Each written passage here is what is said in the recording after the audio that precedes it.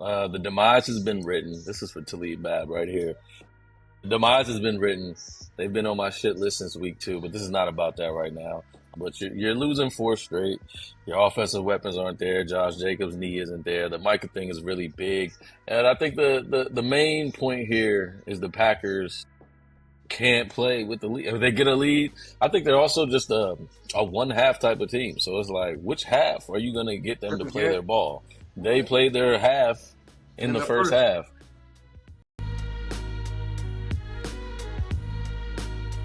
The boys are back. Exclusive. High Codes NFL Playoff Edition. We're getting straight to it. So, Monday night, Texans versus Steelers is on the TV screen as we speak. We will be recapping this week, and let's get right to it.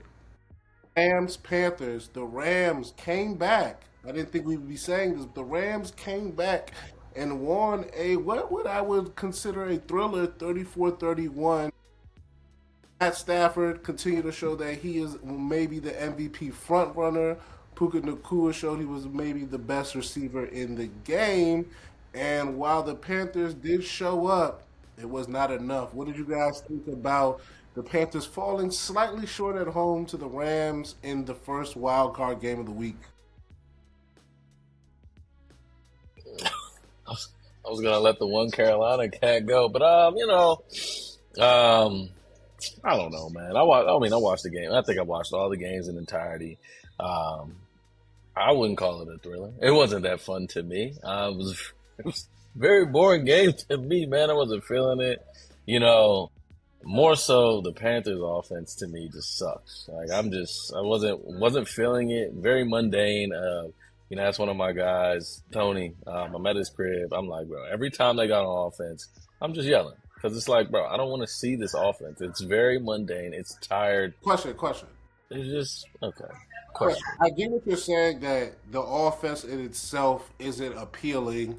It's not maybe attractive. But in the actual game you watched on Saturday, you thought that it was bad every time they touched the field? Listen, I don't know how many drives there were. It was just like, bro, we're going to get this. They're going to go 3 and out, or Bryce is going to learn how to play football this one drive, and then we're going to go 3 out again. We're not giving Rico the ball. 30 points. In the second half, like third, fourth quarter, like, come on, man. Like, we want to see fireworks. I talk about it all the time. I want fireworks, man. They were down 14, then they were up 14-0, if I remember correctly.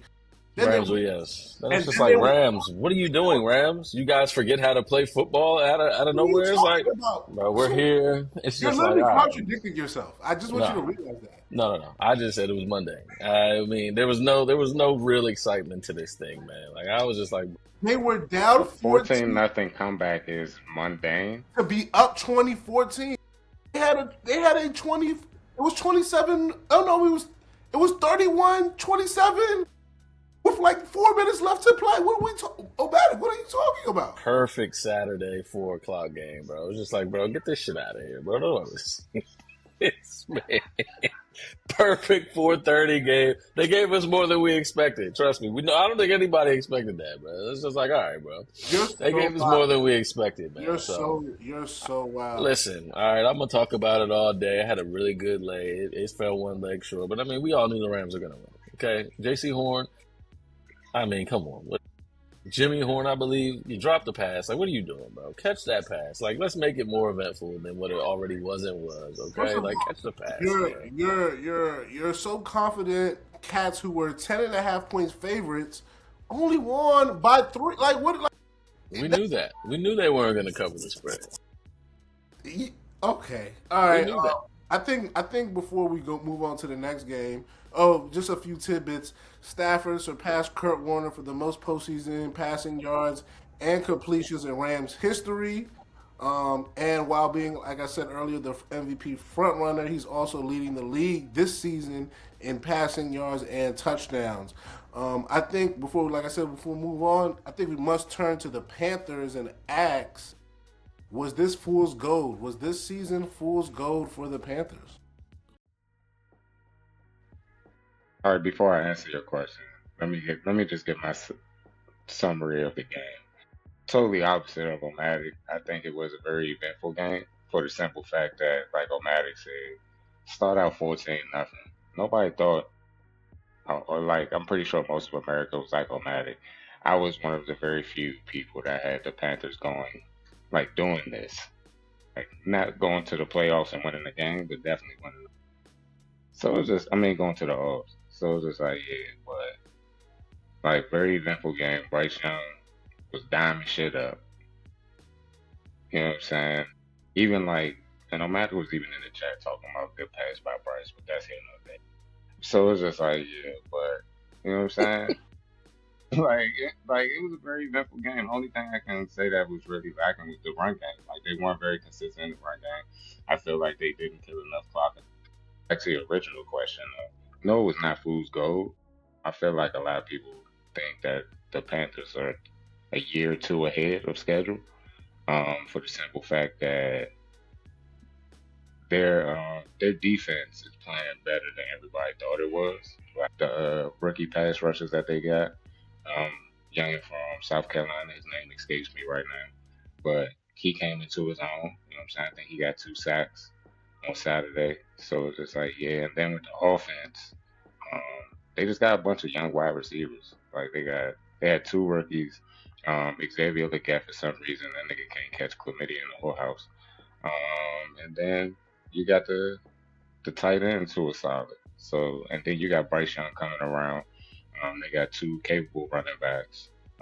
I don't know if Rico's going to be there next year, but they got Chuba, and then they got young ETN, who does not need to return another motherfucking punt. But other than that, though, I feel like Carolina good. It's not fool's gold, but they definitely had a schedule with shit. Move on to the second game on Saturday. The Chicago Bears come down 18 to beat the Packers at home.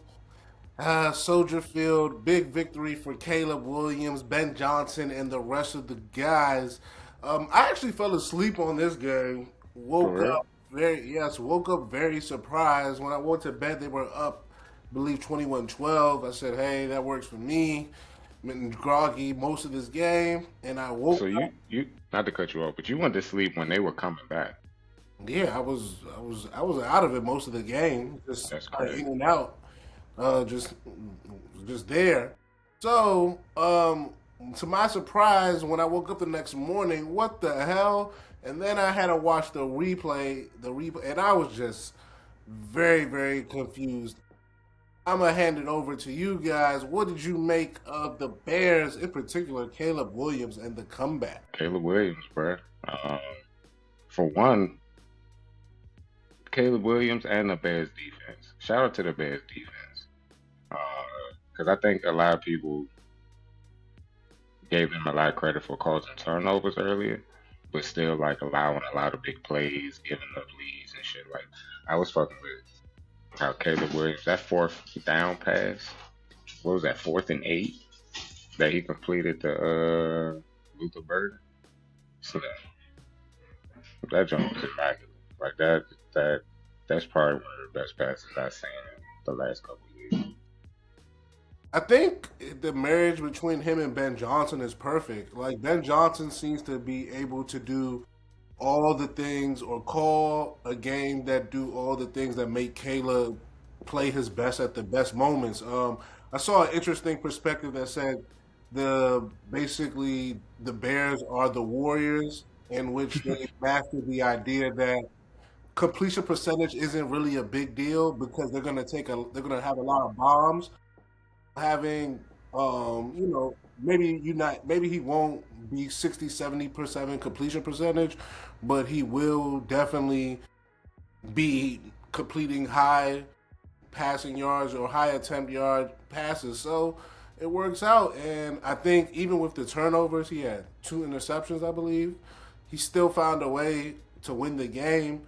And I think that's indicative of the type of player he's been, at least this season, in particular with Ben Johnson. So shout out to the Bears. LaFleur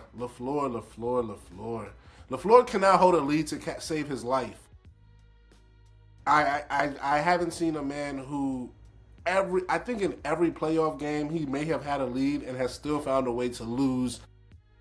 He's 3-6 in the playoffs, I believe. So it's just like I don't get it. Like he's a really good offensive coach. Jordan Love had an amazing game, 4 touchdown passes, 300 yards, and yet it just still felt like it just was never there. I don't know why. It just always felt like there was something missing. Matic, you got anything on this game? Yeah, I got a lot on this game actually. Everything's kind of been covered here, man. Shout out to Caleb. But I think this isn't the indicative word. I don't think this is on him, man. I think this is just the Packers, man. The demise has been written. This is for Talib Bab right here. The demise has been written. They've been on my shit list since week 2, but this is not about that right now. The team, since Micah went out, been limping into the playoffs. I think they lost 4 straight going into the playoffs. Granted, the Bears lost 2 straight as well going into the playoffs, but you're losing 4 straight. Your offensive weapons aren't there. Josh Jacobs' knee isn't there. The Micah thing is really big. And I think the main point here is the Packers can't play with the lead. If they get a lead, I think they're also just a one-half type of team. So it's like, which half are you going to get them to play their ball? They played their half in the first half. What have the Bears done all year? There's been 2 teams that have been coming back all year. It's been the Bears and the Broncos. You got this guy, Caleb, that's had all these fourth quarter comebacks.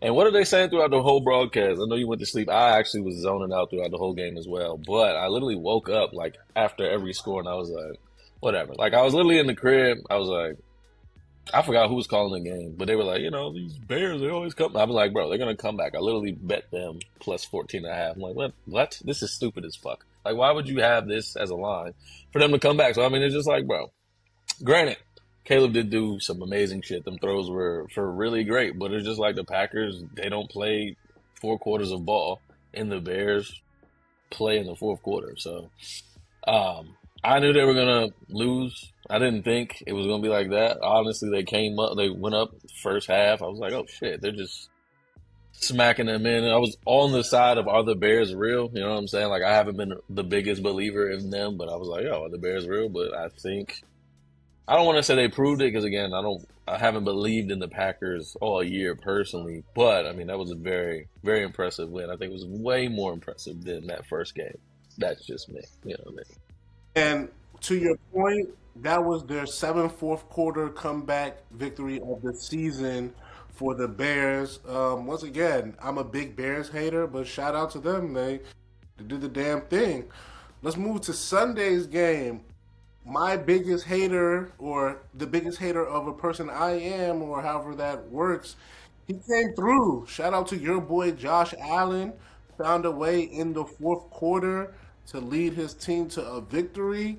One other thing I will say about this game was that normally when Josh Allen plays, there's a lot of slurpage of him when it's maybe not deserving. I think this game it was definitely deserving.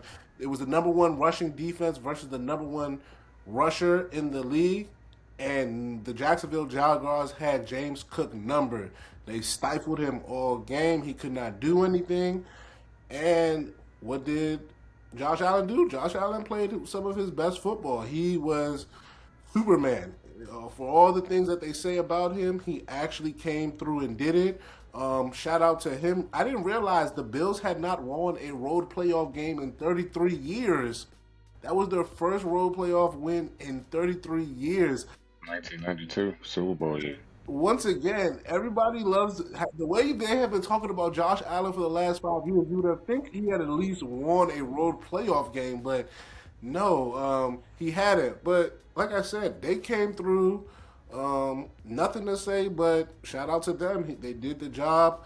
I would say Jacksonville is the more important story here, in that once again, like the Panthers, is it fool's gold? I know they were very hot to end the season. I believe they won 5 or 6 in a row. So I know it might. And even in this game, I thought that if Trevor had been playing like he'd been playing going into the playoffs, they win this game. He reverted back to some of his earlier season issues, and I think that kind of reared its ugly head. But I think the most important thing about this game was the post game and the lady reporter and the Liam Cohen. Like, to me, that was the most interesting thing about this game. And all I will say about it is that proves everything I think people hate about journalists and reporters. Mad pretentious people acting like it's the end of the world because of what. Listen, the lady was trying to console somebody who was in a bad spot. Like, stop it, people. Can you please inform? So I saw the thing. I didn't click on it, so I don't know what was said. But I Oh, kept. I want to tell you congratulations on your success, young man. Thank You you. hold your head up, all right? You guys have had a most magnificent season. Thank And you. you did a great job out there today. So Appreciate you it. just hold your head up, okay? Thank And you, ladies ma'am. and gentlemen, Duval, you the one, all Thank right? you, ma'am. keep it going. We got another season, okay? I appreciate Take it. care and much continued success to you and the entire team. Thank you, ma'am. I'm seeing the Liam shit. Post game presser, a local reporter, an older woman, black older woman. She's just consoling Liam. It's about like 20 to 40 seconds, nothing too crazy. It's just like baby, sweetheart, those type of feels. And a bunch of It was 27 seconds of and her a bunch of basically saying, people, keep your head up. yeah, and a bunch of reporters, in particular, beat reporters across the nation. Oh, that's unprofessional. That's it's 10, 15 minutes to get questions, and it was just a bunch of. Listen, I tell people all the time, journalist cats think they are far more important than they really are, and this is another example of cats not reading the fucking room. Everybody understands that this is a time crunch. When I used to do reporting for the Sentinel and we did games for like UMD, I get it. Like, you legitimately only have 25 minutes to get your quotes, start your article that's probably on deadline for two. Like, I definitely understand. This is the end of the season in a game that was very emotional, and there was no good questions. Apparently, the presser was less than 10 minutes, and it was 3 questions asked prior to her question. Like, it's a lot of pretentious loserdom going on, and I'm glad a lot of the dudes and women who are feeling the nerve to jump out there are getting cooked by the general public. And yes, I'm very happy. And also, all this journalism principles, this and that, and then y'all be letting Stephen A. do like, stop it, stop. Not hearing anything from any of you guys. Not jacking it. Not jacking it. If anything, if you guys want to divulge more, we can. But like I said, that was the most. The game was good. I was on there for a hate watch, and Josh Allen, he almost gave it to me. But he came through in the fourth. So shout out to him. He had a big fourth quarter. I think he had 100+ throwing yards in the fourth quarter by itself. So shout out to him. I'm a hater. But an ethical one at that. I just want to say shout out to the Jags, as we all said. Those are my guys for the AFC South when the season began. So I don't think it's fool's gold personally. Shout out to Liam. He's a good coach. I think they had the pieces. They always had a defense. Had some bias there. One of my guys from there went to their team this year. So I was like, fuck it. Let's ride with them. But, no fool's gold. But, yeah, I thought Liam was going to game him. But, I think I woke up on Saturday and was like, nah, Josh Allen legacy game. And he went legend. So shout out to the Bills. Let's keep moving. Yeah, great fourth quarter.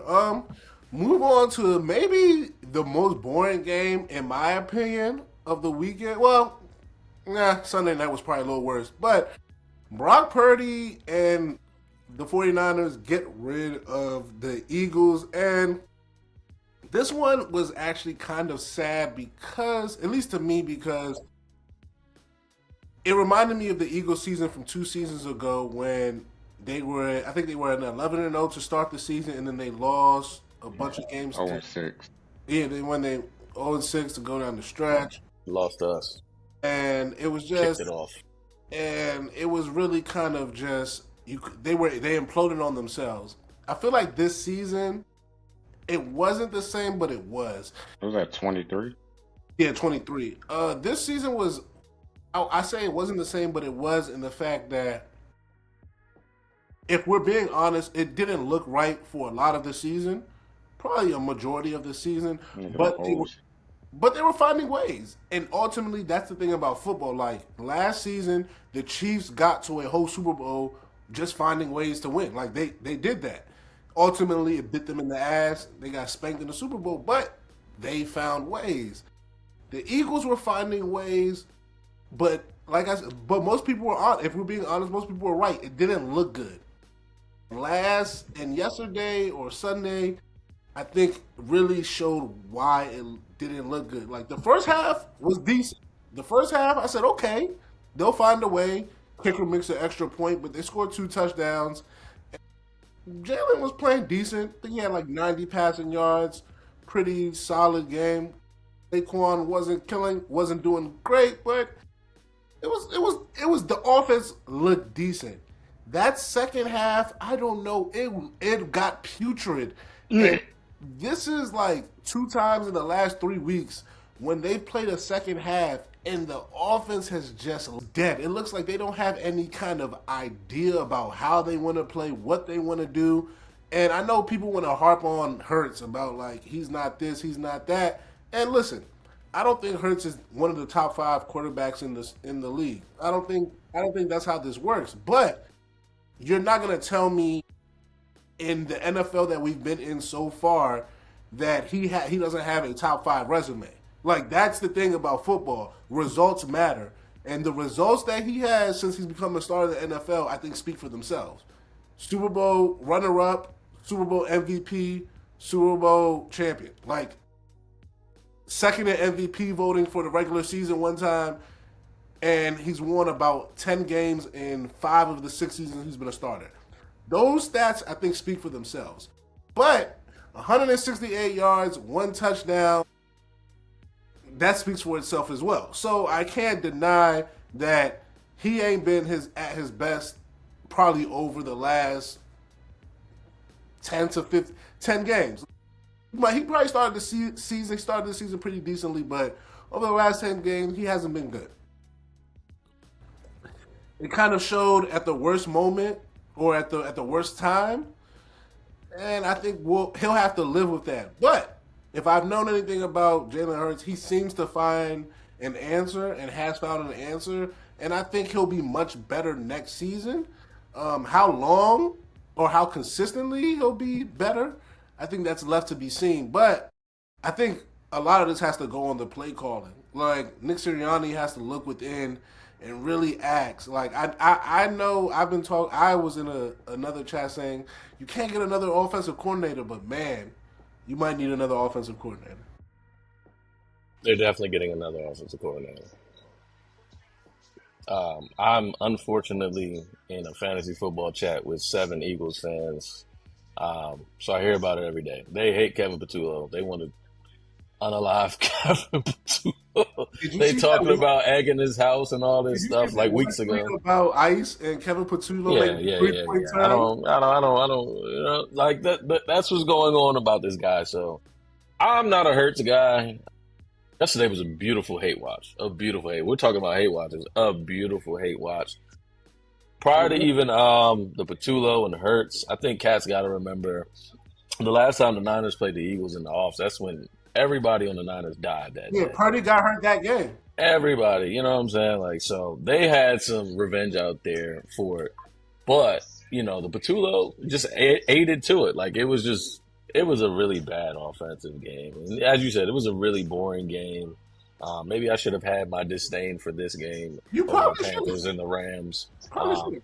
But, I mean, it was just a beautiful hate watch to just see them not be able to do anything. And like you said, they've done this several times this year where it's like you had another team that has a good first half, and then you see Hurts just does for whatever on third downs and all that. You can't get a completion. My favorite receiver in the league dropping passes.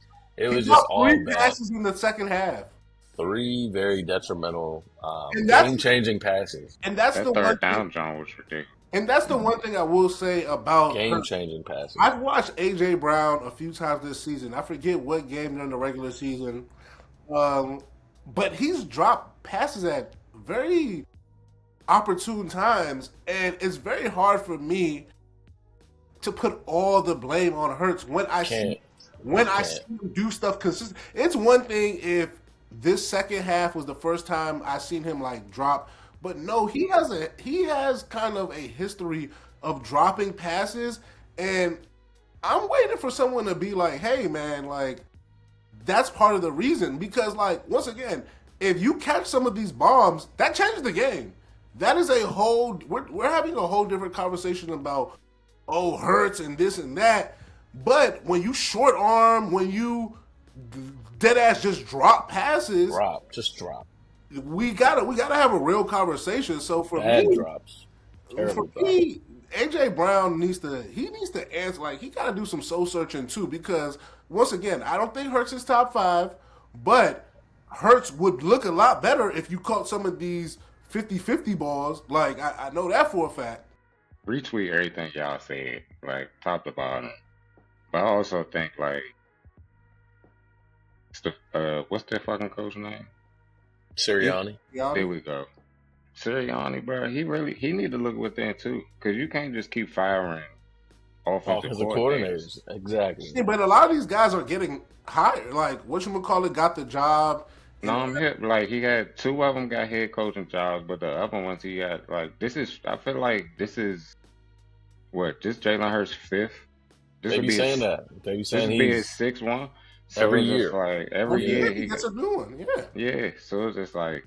But that's what I'm saying. A lot of it is due to the fact that Steichen got a job.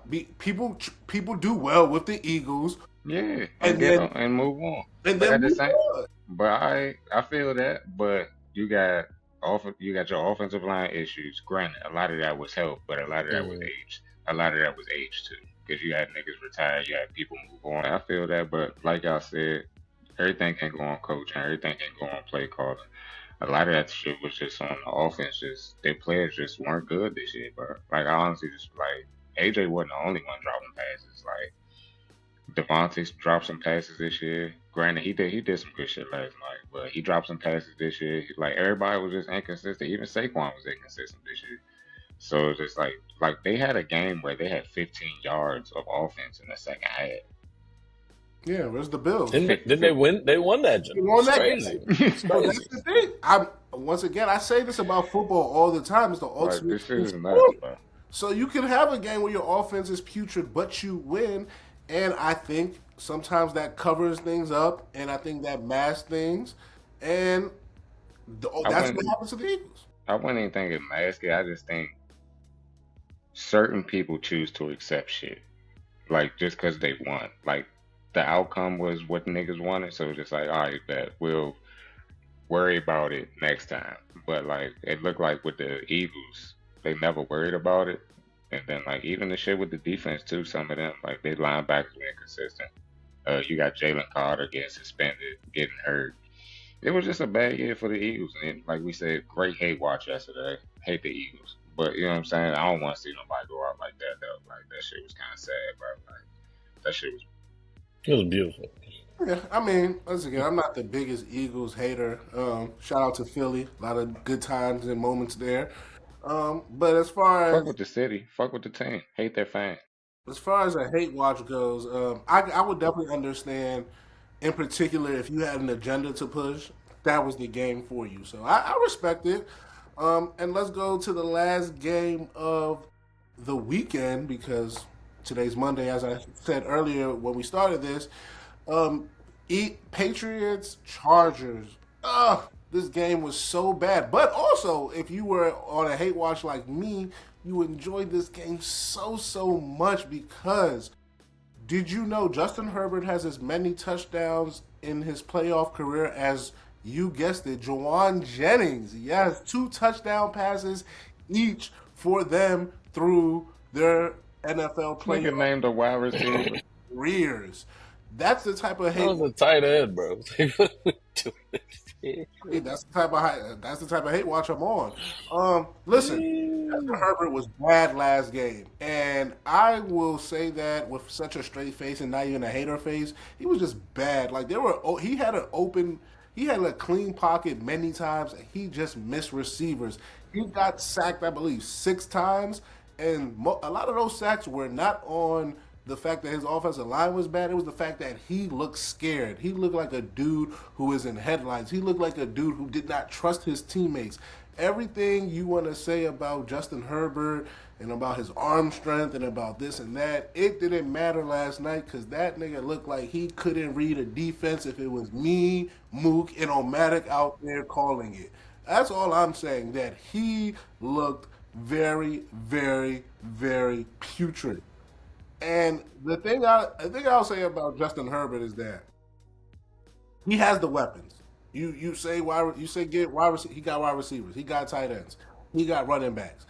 The whole thing about him is that he has the offensive line. Their two top guys are hurt. Yes, left tackle and right tackle. You're talking about what was the guy's name? I'm sorry. Rashawn Slater. There we go. Slater. And then Joe. Joe Alt. Both of them niggas been hurt. I get that, but the whole point is that he's been given that, and this is not. And I think yesterday is an indictment not just about yesterday, but on his whole time. He's going into year 8.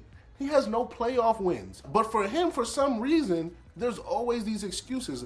I bring up the offensive line issue because when he was drafted, that was the whole thing.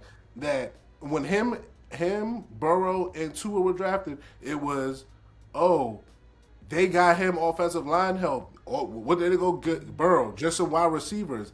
In that time since they drafted Jamar Chase, the Bengals, even through all their nonsense, missing the playoff multiple times, have been to a Super Bowl and an AFC title game. What do the Chargers have to show in that same time frame? That is my point. Nothing. Zilda. Notch. So for all this conversation about who has what and who doesn't have this, in the last 5 years since Jamar Chase has been drafted and Slater has been drafted to the Chargers, because that was the issue. The conversation was the Bengals didn't go get Burrow offensive line help, but they went to go get another wide receiver. What has that proven?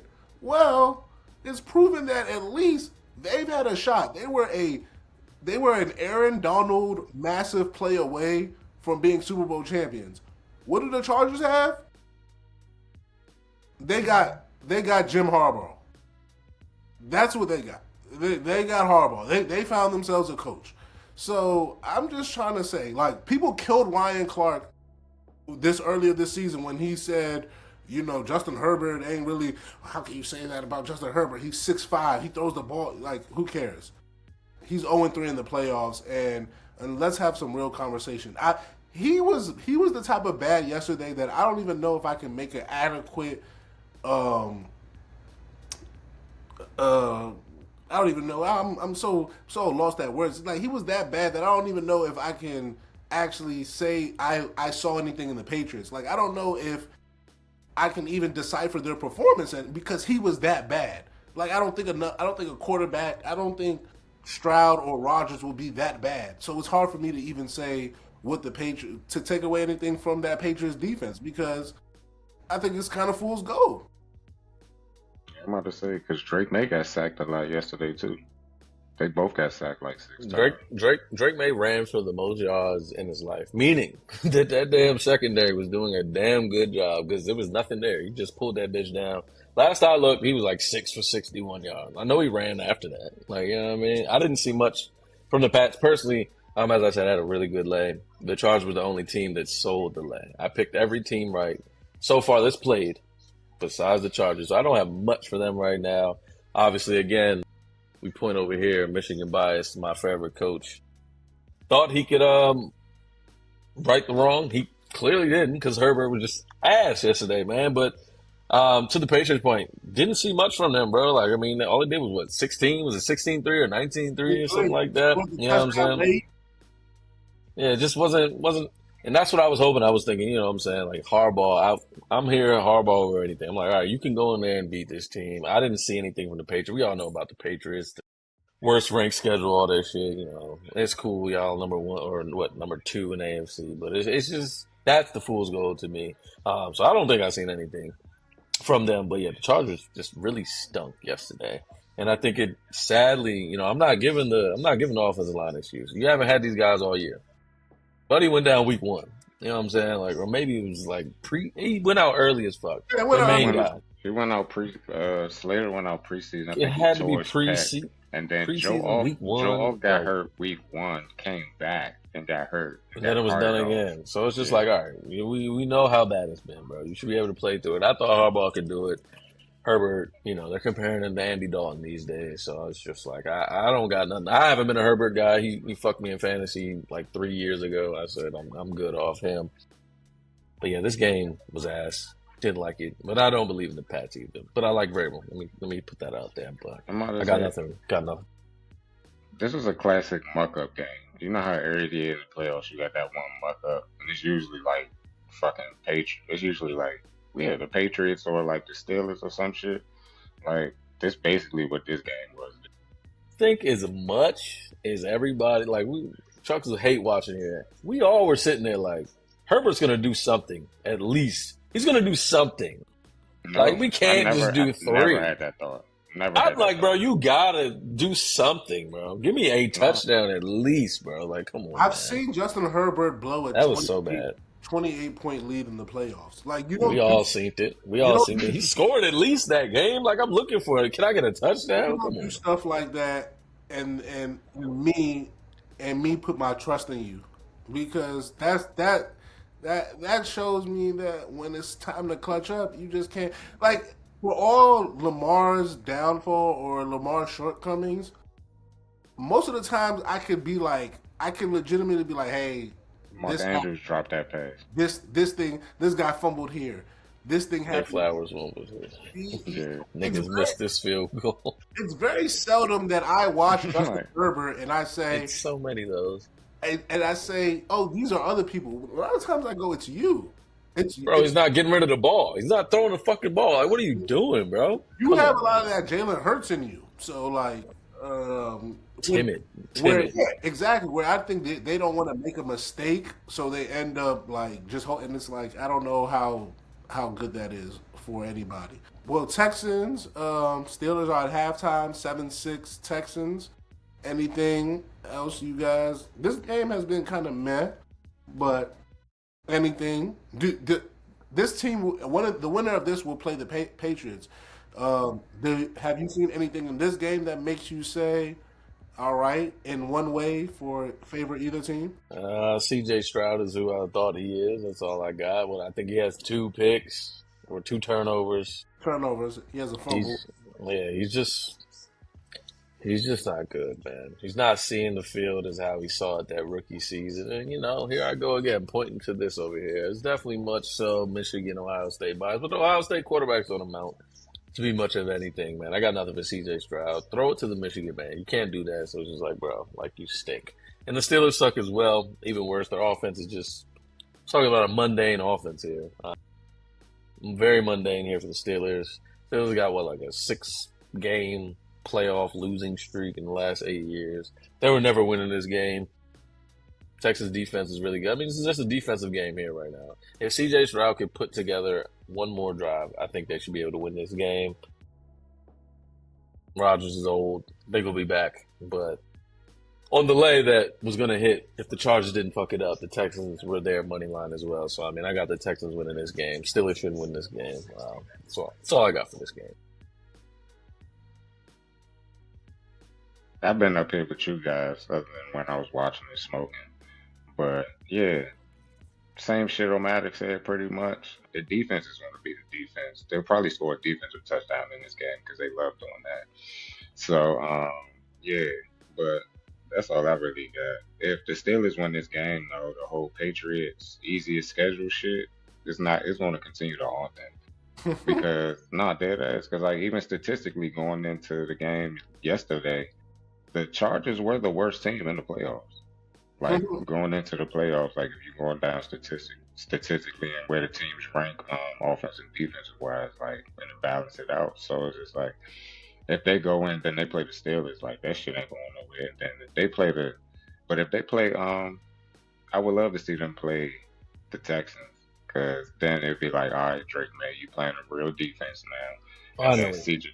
And then CJ Stroud is just like, all right, bro, it's time for you to nut up. Like, you made it to the second round. You lost in the second round every time you've been in the playoffs. It's time for you to break that streak as well. So it's just like a lot of cute shit is one end. Texans and Patriots play each other. But yeah, I just want the Texans to keep playing. That's my Super Bowl pick coming out the AFC. So NFC, I got the Seahawks. So yeah. We'll get to the divisional round next week. Like I said, this is the last game to determine those matchups. So far we have Denver Bills, the winner of this versus Patriots. We got Seahawks, 49ers, and Rams versus Bears. It will be an exciting divisional round. We'll be back here with more banter. Omatic said he wants to go live, so I think maybe we should go live Sunday night for the divisional round final. Who knows? But we will see. That's all your playoff AFC wild card recap, and we'll see you guys on the other side. Oh, also make sure you watch some other episodes. You know, them conspiracy tinfoil kufi hat episode joints. For sure. You know what I'm saying? Like, comment, and subscribe and all that too. Follow people on social media. Please do all that. They black or white or Asian or Puerto Rican. Man, just be human. There we All right. go.